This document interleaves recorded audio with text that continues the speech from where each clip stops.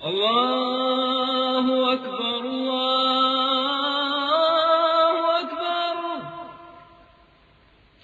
الله أكبر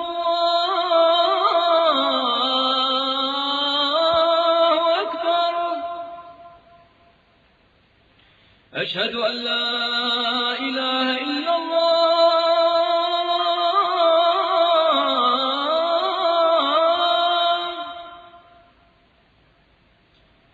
أشهد أن لا إله إلا الله.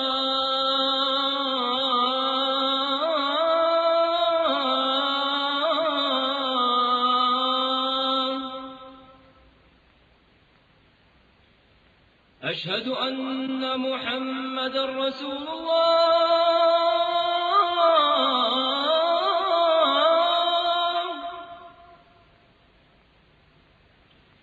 أشهد أن محمدا رسول الله.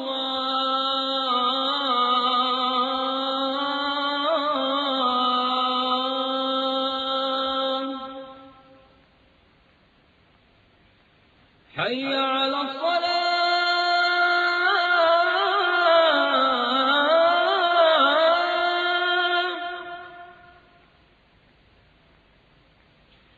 حي على الصلاة.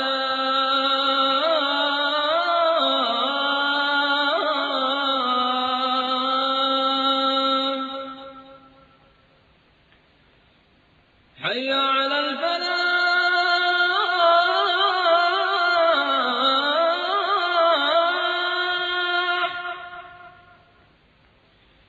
حي على الفلاح.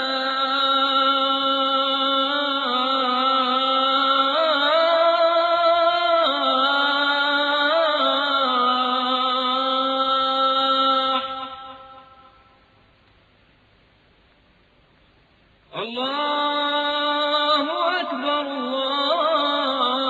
الله أكبر. لا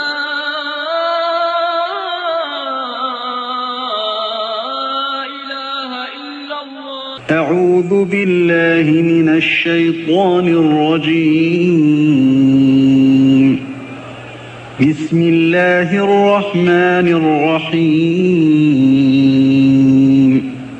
يا أيها الذين آمنوا أطيعوا الله وأطيعوا الرسول وأولي الأمر منكم فإن تنازعتم في شيء فردوه إلى الله والرسول إن كنتم تؤمنون بالله واليوم الآخر ذلك خير وأحسن تأويلا.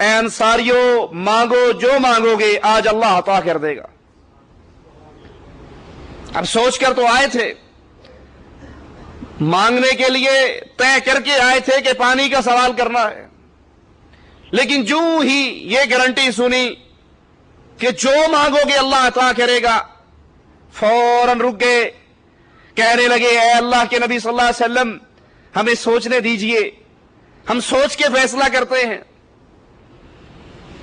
سوچنے کے لیے بیٹھے تو ان میں ایک بچہ بھی تھا، وہ کہنے لگا سنو، پانی تو پھر بھی بھر کے لایا جا سکتا ہے، جب رسول اللہ صلی اللہ علیہ وسلم نے اتنی بڑی خوشخبری اور گارنٹی دی ہے کہ جو مانگو گے عطا کیا جائے گا، تو آؤ چل کے اللہ کے نبی صلی اللہ علیہ وسلم سے کہتے ہیں اے اللہ کے نبی اللہ سے دعا کیجئے اللہ ہمارے گناہوں کو معاف کر کے ہمیں جنت عطا کر دے۔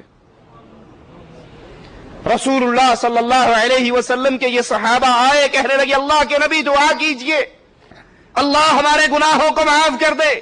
اللہ کے نبی نے دعا کی اللہ انصار پہ رحم کر، انصار کے بیٹوں پہ رحم کر، انصار کے پوتوں پہ رحم کر، انصار کے غلاموں پہ رحم کر۔ جب ان کی نظر اللہ کی جنت پہ پڑ گئی، انہوں نے راتوں کی نیند، دن کا چین، زندگی کا ماٹو اور مقصد بنا لیا کہ اس دنیا میں رہتے ہوئے ایک ایم اپنے سامنے رکھنا ہے، اور وہ یہ ہے کہ کس طریقے سے اللہ کی جنت میں داخل ہو جائے۔ امام ابن جوزی رحمہ اللہ اپنی کتاب صفات صفوہ کے اندر ایک عظیم کمانڈر، عظیم مجاہد ابو قدامہ شامی کا ایک واقعہ نقل کرتے ہیں۔ ابو قدامہ شامی جہاد کے اندر کودنے والا، مار کے لڑنے والا، اللہ کی توحید کو غالب کرنے کے لیے جہاں جہاد کا وعدہ سنتا پہنچ جاتا۔ ایک دن حرم نبوی کے اندر بیٹھے ہوئے ایک شخص نے آ کر کہا ابو قدامہ تم نے اللہ کے لیے بہت جنگیں کی ہیں، ان جنگوں کے اندر کوئی بہترین واقعہ، عجیب واقعہ جو تمہیں محسوس ہوا ہو وہ سناؤ۔ ابو قدامہ کہنے لگے میں ایک مرتبہ رقہ شہر جو نہر فرات کے کنارے ہے، یہاں عیسائیوں کے خلاف جہاد کرنے کے لیے ہم مدینے کے، حجاز کے، کوفے کے کچھ شباب وہاں پر پہنچے۔ ہم نے دن کے اندر شہر رقہ میں پڑاؤ ڈالا، میں نے مختلف مسجدوں میں تقریریں کی، لوگوں کو اللہ کے لیے لڑنے پر اکسایا، ابھارا، پھر رات کو ایک منزل کرائے پہ لے کر سو گیا۔ کہا جب رات کا ایک پہر گزرا تو اچانک میرے گھر کا دروازہ کوئی بجا رہا تھا۔ میں حیران ششدر کہ یہ کون ہے؟ اس شہر میں اجنبی ہوں، مجھے جاننے والا کوئی نہیں، نہ کوئی دوست ہے نہ کسی سے معرفت ہے، کون ہے جو رات کے ایک پہر کے بعد میرا دروازہ بجا رہا ہے؟ کہا میں اٹھا، دروازہ کھولا تو سامنے برخے میں، پردے کے چادر میں لپٹی ہوئی ایک عورت کھڑی ہے۔ میں اور پریشان، رات کی تاریکی میں یہ عورت۔ میں نے کہا اللہ کی بندی اللہ تجھ پر رحم کرے، تو کون ہے؟ کیا چاہتی ہے؟ کہنے لگی تو ابو قدامہ ہے؟ کہا ہاں میں ابو قدامہ ہوں۔ کہا تو نے ہمیں جہاد کے لیے آج پکارا اور جہاد کے لیے مال اکٹھا کیا؟ کہا ہاں۔ کہا میرے ہاتھ میں ایک تھیلا دیا، ایک رکا دیا اور چلی گئی۔ میں اندر آتا ہوں، چراغ کی روشنی میں اس رکے کو پڑھتا ہوں تو عجیب تحریر۔ کہنے لگی ابو قدامہ تو نے ہم سے مال مانگا ہے اللہ کے لیے، اور میں فقیر عورت ہوں، غریب عورت ہوں، میرے پاس کچھ نہیں، لیکن میں نے اپنے سر کے بالوں کو کاٹ کر بالوں کی ایک رسی بنائی ہے، اور اس تھیلے کے اندر وہ رسی ہے۔ ابو قدامہ جب اللہ کے راستے میں تم نکلو اور کہیں پر اپنے گھوڑے کو روکو، میری اس بالوں کی رسی سے اس گھوڑے کے پاؤں کو باندھ دینا، ہو سکتا ہے اللہ میرے بالوں کو اپنے راستے میں گھوڑے کے قدموں میں دیکھ کر مجھے معاف کر کے جنت کے اندر داخل کر دے۔ کہا میں حیران اس عورت پر، حالانکہ جو اس نے کام کیا ہے شریعت اس کی اجازت نہیں دیتی اس طریقے سے بالوں کو کاٹ کر رسی بنانا، لیکن جنت کے لیے اس کی حب، جنت کے لیے اس کی محبت، جنت کے لیے اس کی طلب یہ عجیب تھی۔ کہا صبح ہم نے فجر پڑھی، فجر پڑھ کے نکلے، ابھی ہم تھوڑے ہی راستے میں گزرے، پیچھے سے ایک نوجوان گھوڑا سوار گھوڑا دوڑاتا ہوا آ رہا اور آوازیں دے رہا، اے ابو قدامہ ٹھہر جاؤ، اے ابو قدامہ ٹھہر جاؤ۔ میں نے اپنے ساتھیوں سے کہا تم آگے بڑھو، میں ذرا اس کی بات سن لوں۔ وہ قریب آیا، چہرے پہ اس نے نقاب ڈالا ہوا اور مجھے دیکھ کر کہنے لگا اللہ کا شکر ہے جس نے مجھے تیری صحبت سے محروم نہیں رکھا۔ میں نے کہا اللہ کے بندے کیا چاہتے ہو؟ کہا میں تیرے ساتھ نکل کر اللہ کے لیے جہاد کرنا چاہتا ہوں۔ میں نے کہا اپنے چہرے سے نقاب کو اتارو، تمہیں دیکھ لوں، اگر تم جوان ہو قبول کر لوں گا اور اگر تم معصوم بچے ہو واپس لوٹا دوں گا۔ اس نے اپنے چہرے سے نقاب اتارا تو چاند جیسا چہرہ، نوجوان بچہ، 15-16 سال اس کی عمر۔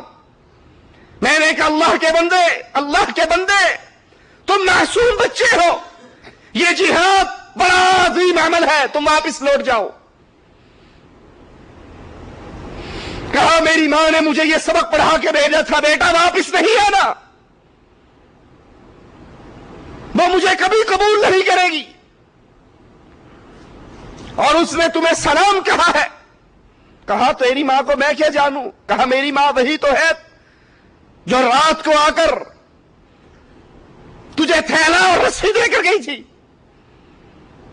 اور اس نے مجھے کہا بیٹا اللہ کے راستے میں جاؤ۔ میں نے کہا تیرا باپ زندہ ہے، جا اپنے باپ کی خدمت کر۔ کہا نہیں، پچھلے سال میرے باپ کو عیسائیوں نے قتل کیا، آج میں اپنے باپ کے قتل کا بدلہ لینے کے لیے آیا۔ میں نے کہا چلو ہمارے ساتھ۔ وہ جب بھی چلتا خدمت کا موقع سارا اپنے ذمہ لیتا، جہاں رکتا ہماری خدمت کرتا۔ کہا وہ ایک جگہ پر کھانا بنانے کے لیے ہم رکے تو کہنے لگا میں تمہارا خادم ہوں، تمہارے لیے کھانا میں تیار کروں گا۔ لشکر کے پڑاؤ سے تھوڑے فاصلے پر پتھروں کو اکٹھا کر کے اس نے آگ جلائی، ان کے نیچے اوپر ہنڈیاں رکھی، لیکن سفر سے تھکا ہوا ایک پتھر سر کے نیچے رکھ کر آرام کرنے کے لیے لیٹ گیا۔ ابو قدامہ کہتے ہیں میرے ساتھیوں نے کہا کہ وہ کھانا بنانے والا بہت دیر ہوگی نہیں آیا، جاؤ اس کی خبر لو۔ کہا جب میں اس کی خبر لینے کے لیے نکلا، کیا دیکھتا ہوں ہنڈیا چولہے پر ہے اور وہ پتھر سر کے نیچے رکھ کے سو رہا ہے۔ میں نے کہا یہ بہت تھکا ہوا ہے، میں اس کو نہیں اٹھاتا، میں ہنڈیا خود ہی بنا لیتا ہوں۔ لیکن اچانک وہ بچہ مسکرانا شروع ہوا، مسکراہٹ ہنسی میں تبدیل، ہنسی کرکے میں تبدیل، اپنے ہاتھوں کو آگے بڑھاتا ہے، پھر ہاتھ کو نیچے کر لیتا ہے اور کہتا ہے کہ ٹھیک ہے کل ظہر کے بعد پھر ملاقات ہوگی۔ یہ کہہ کر اس کی آنکھ کھل گئی۔ مجھے دیکھتے ہی کہنے لگا چچا ہٹ جاؤ، کھانا میں بناؤں گا۔ میں نے کہا اللہ کی قسم نہیں، پہلے تو بتا یہ تیرا ماجرا کیا ہے؟ تو سوتے میں کبھی مسکراتا ہے، کبھی ہنستا ہے، کبھی ہاتھ آگے بڑھاتا ہے، کبھی ہاتھوں کو پیچھے کرتا ہے، یہ کیا ماجرا ہے؟ کہنے لگا ابو قدامہ یہ اللہ اور میرے درمیان ایک معاملہ ہے، اس کو پردہ رہنے دو۔ میں نے کہا نہیں، صحبت کا حق ہوتا ہے، مجھے بتا ہو سکتا ہے یہ واقعہ میرے لیے بھی ہدایت کا باعث بن جائے۔ کہا چچا میں سویا ہوا اور سوتے ہوئے میں نے خواب دیکھا کہ میں اللہ کی جنت میں داخل ہو گیا،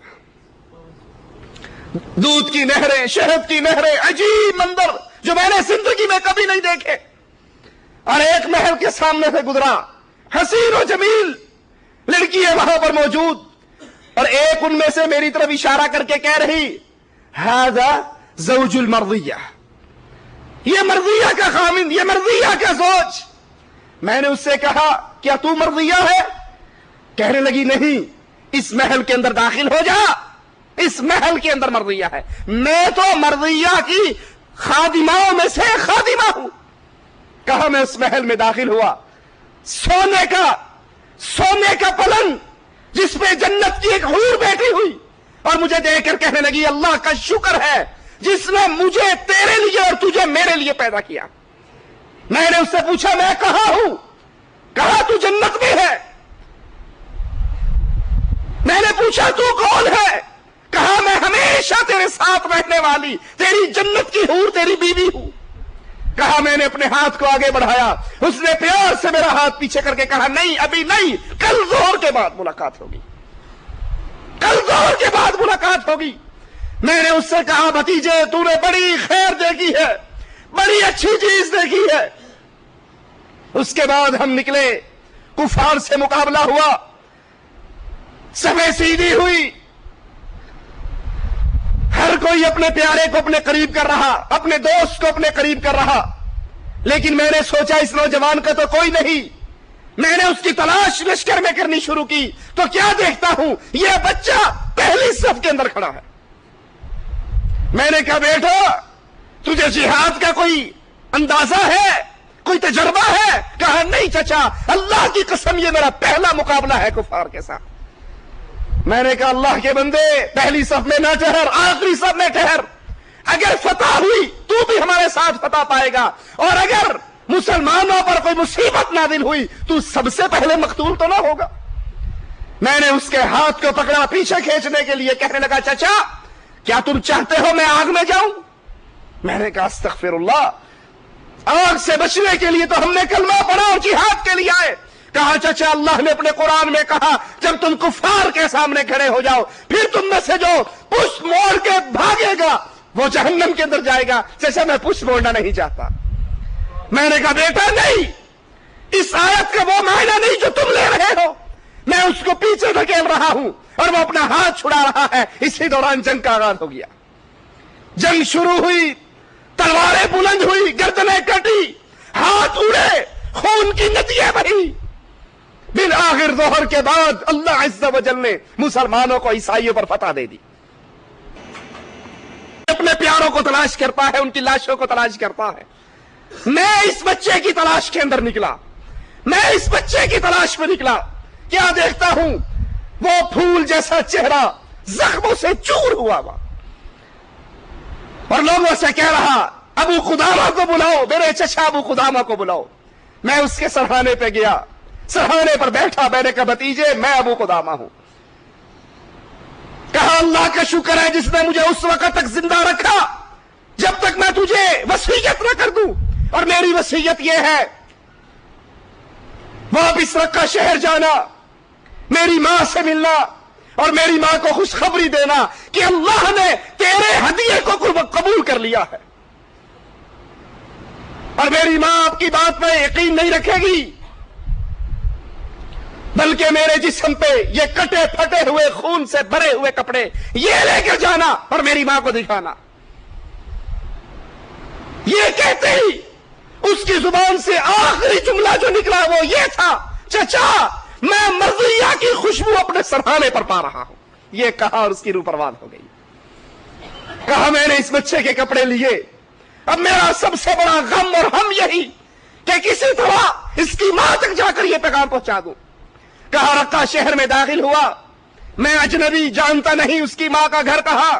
ایک راستے سے گزر رہا, ایک چھوٹی سی بچی دروازے پہ کھڑی, ہر گزرنے والے سے پوچھتی ہے تو کہاں سے آ رہا ہے؟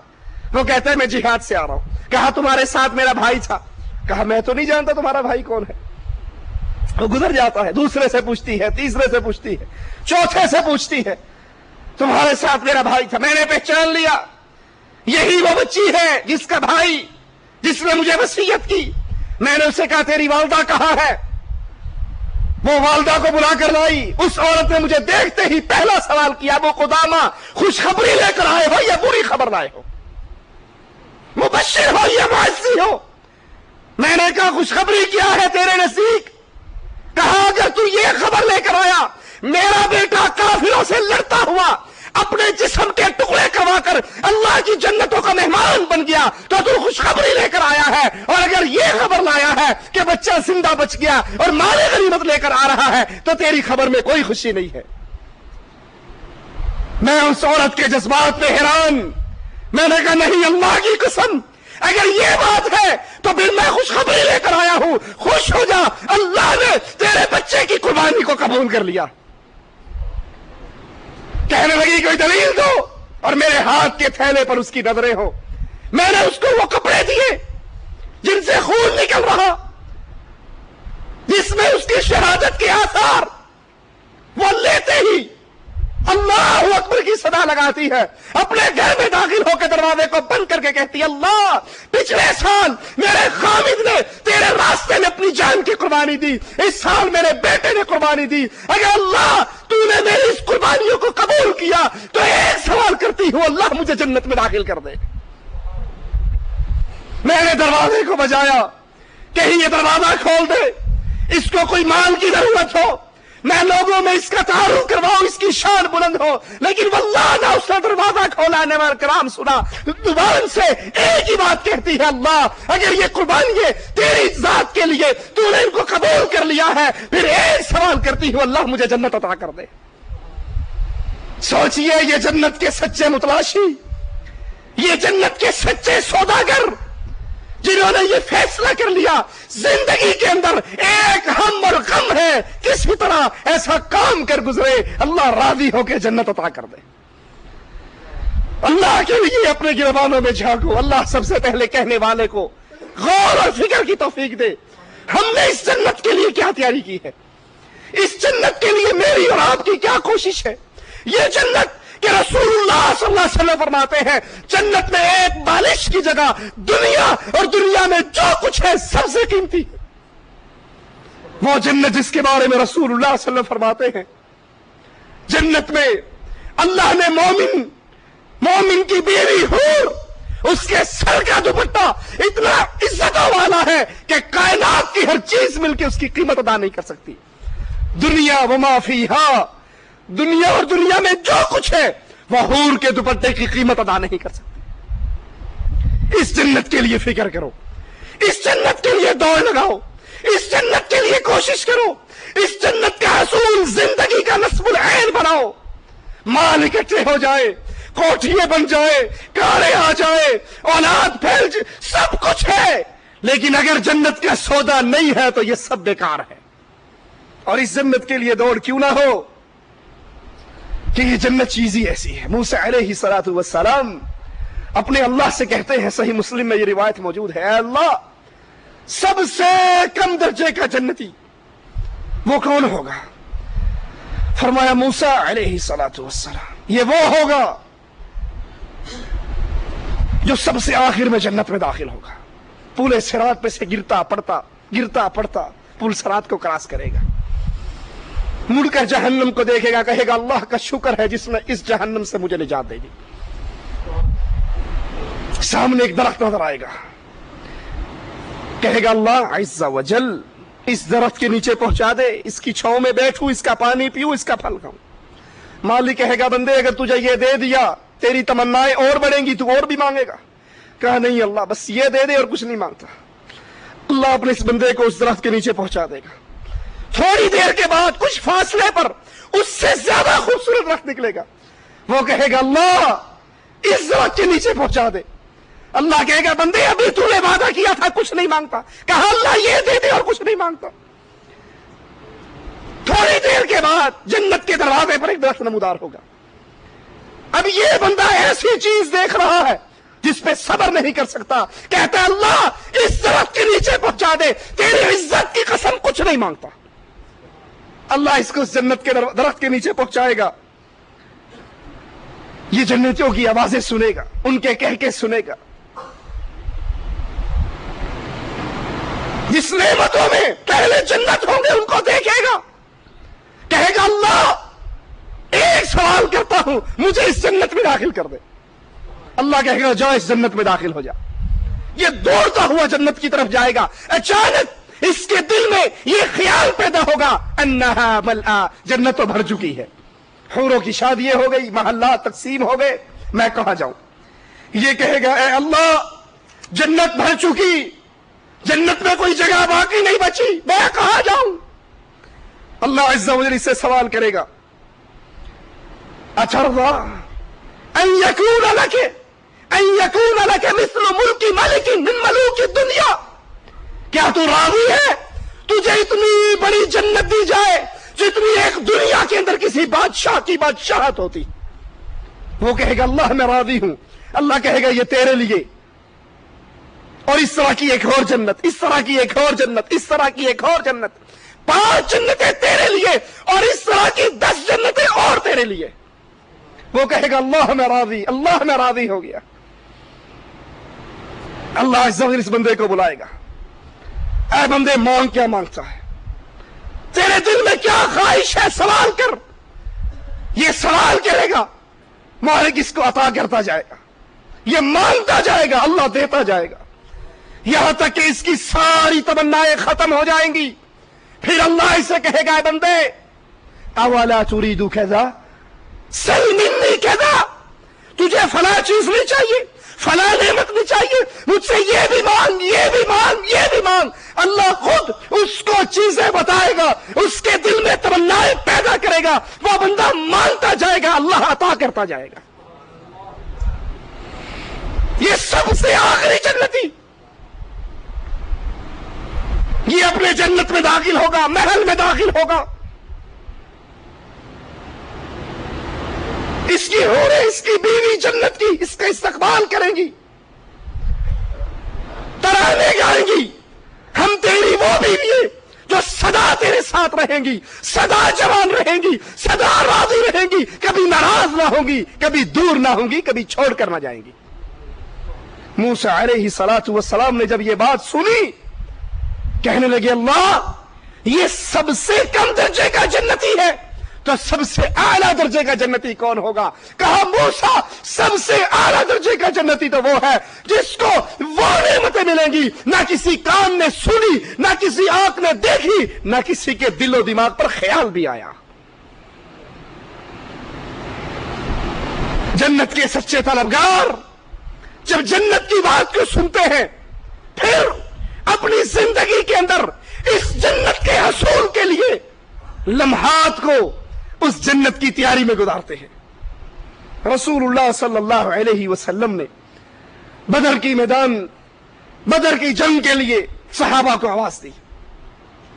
ان صحابہ کے اندر صحیح بخاری کے اندر یہ واقعہ ہے، حضرت حارثہ بھی ہیں، والدہ سے بڑی محبت، والدہ کی ان سے بڑی محبت، والدہ کو راضی کرتے ہیں، ان کا ماتھا چومتے ہیں. امی اللہ کے رسول نے بلایا ہے، مجھے اجازت دیجیے. ماں کہتی ہے بیٹا تو میرا اکلوتا بیٹا ہے، تجھ سے میری محبت بھی کتنی ہے، تو یہی رہ، میری خدمت کر، تجھے جہاد کا ثواب مل جائے گا. یہ ماں کو راضی کرتا ہے، منتیں کرتا ہے، یہاں تک کہ ماں راضی ہو جاتی ہے. اور جب مومن ماں راضی ہوتی ہے پھر اس کو الفاظ کیا کہتی ہے؟ بیٹا آگے بڑھ، دشمن پہ حملہ کرنا، سن کوئی تیر تلوار تیری پشت پہ نہ آئے، زخم سینے پہ کھانا. یہ میدان جہاد میں نکلتا ہے، بدر میں پہنچتا ہے. مارکا شروع ہونے سے پہلے اس کو پیاس لگتی ہے، کنویں کی طرف پانی پینے کے لیے جاتا ہے جہاں ایک مسلمان پہرا دے رہے. یہ مسلمان دور سے ایک شخص کو آتے ہوئے دیکھتے ہیں تو یہ سمجھ بیٹھتے ہیں کہ شاید کوئی کافر آ رہا ہے جو اس کنویں کے پانی میں زہر ملا دے گا اور پانی ہمارا خراب کرے گا. یہ کوئی دشمن آ رہا ہے. وہ اپنے نیزے کو بلند کر کے نیزے کا وار کرتا ہے، نیزہ حارثہ کے سینے کو چیر جاتا، زخمی ہو کے زمین پہ گرتے ہیں، تڑپتے ہیں، مدد کے لیے پکارتے ہیں. اور جب تھوڑی دیر کے بعد وہ پہرے دار وہاں پہنچتا ہے اپنا نیزہ نکالنے کے لیے تو کیا دیکھتا ہے کہ یہ تو حارثہ اللہ کے نبی کے صحابی. کہتا ہے انا للہ و انا الیہ راجعون، میں نے تو غلطی سے اپنے ہی بھائی کو مار دیا. جنگ ختم ہوئی، اللہ کے نبی واپس آئے، ماں اپنے بچوں کو ملنے کے لیے، باپ اپنے بیٹوں کو ملنے کے لیے، بیوی اپنے خامندوں کا استقبال کرنے کے لیے موجود ہے. حارثہ کی بوڑھی ماں وہ بھی آتی ہے. ہر کوئی لوٹ رہا ہے لیکن حارثہ نظر نہیں آ رہا. بلاخر ایک صحابی سے پوچھتی ہے کیا تو نے میرے بیٹے حارثہ کو دیکھا؟ کہا تو کون ہے؟ کہا میں اس کی ماں ہوں. کہا صبر کر، تیرا بیٹا قتل ہو چکا ہے. فوراً اللہ کی جنت کو یاد کرتی ہے کہ شہید تو جنت میں ہوگا. کہا شہید اللہ کی جنت میں میری شفاعت کرے گا، جنت میں جانے کا سبب بنے گا. الحمدللہ. وہ کہتا ہے شہید ما اظن، میرا نہیں خیال کہ وہ شہید ہوا. کہا کیوں؟ کیا وہ جہاد کرتے ہوئے نہیں مارا گیا؟ کہا وہ تو جہاد شروع ہونے سے پہلے ہی ایک مسلمان کی غلطی سے مارا گیا، لیکن مجھے اتنا امید ہے کہ وہ اللہ اسے معاف کر کے جنت میں داخل کرے گا۔ بوڑھی ماں تڑپ اٹھتی ہے، کہتی ہے رسول اللہ صلی اللہ علیہ وسلم کہاں ہے؟ آپ کو تلاش کرتے ہیں پہنچتی ہے، کہتی اللہ کے نبی آپ جانتے ہیں میری حادثہ سے کتنی محبت تھی اور اس کی مجھ سے کتنی محبت تھی، مجھے ابھی بتاؤ میرا بیٹا کہاں ہے؟ اگر وہ جنت میں ہے، شہید ہوا، اللہ نے شہادت قبول کی، میں صبر کروں گی، جنت میں جانے کی خوشی میں صبر کروں گی، اور اگر وہ جنت میں نہیں ہے تو آپ بھی دیکھو گے، آپ کا اللہ بھی دیکھے گا، میں رو رو کر ماتم کر کر کے اپنا کیا حال کر لوں گی، کیونکہ ابھی تک ماتم حرام نہیں ہوا تھا۔ رسول اللہ صلی اللہ علیہ وسلم اس عورت سے کہتے ہیں کیا کہا تو نے؟ کہا وہی جو آپ نے سنا۔ آپ نے کہا تیرا کیا خیال ہے کہ جنت ایک ہے؟ انہا جنان، جنتیں تو بہت ہیں، اور تیرا بیٹا اللہ نے اس کو جنت الفردوس عطا کی۔ یہ سنتے ہی اللہ اکبر کہتی ہے، خوشی کا اظہار کرتی ہے اور اپنے گھر کے اندر داخل ہو جاتی ہے، زبان حال سے کہتی ہے اللہ بیٹا بڑا محبت کرنے والا، میں نے وہ تیرے راستے کے اندر قربان کروایا، اگر تو اس پہ راضی ہے تو میرے بھی جنت میں جانے کا راستہ بنا دے۔ جن کو یقین آ جائے اللہ کی جنت میں، وہ مستقبل دنیا کے مال و متاع کو نہیں سمجھتے، وہ مستقبل اللہ کی جنت کو سمجھتے ہیں۔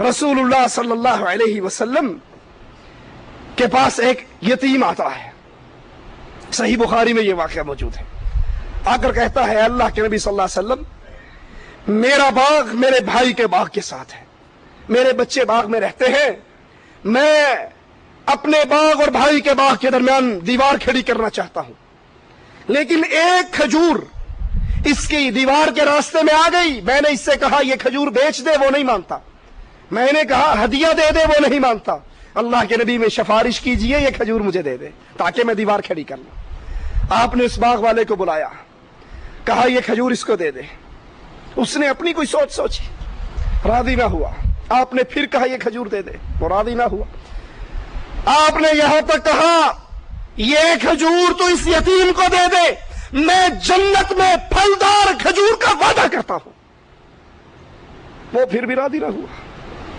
ابو دہدا قریب ہی بیٹھے یہ بات سن رہے تھے، کہنے لگے اللہ کے نبی صلی اللہ علیہ وسلم یہ سودا صرف اسی کے ساتھ ہے یا جو کھجور لے کے دے دے؟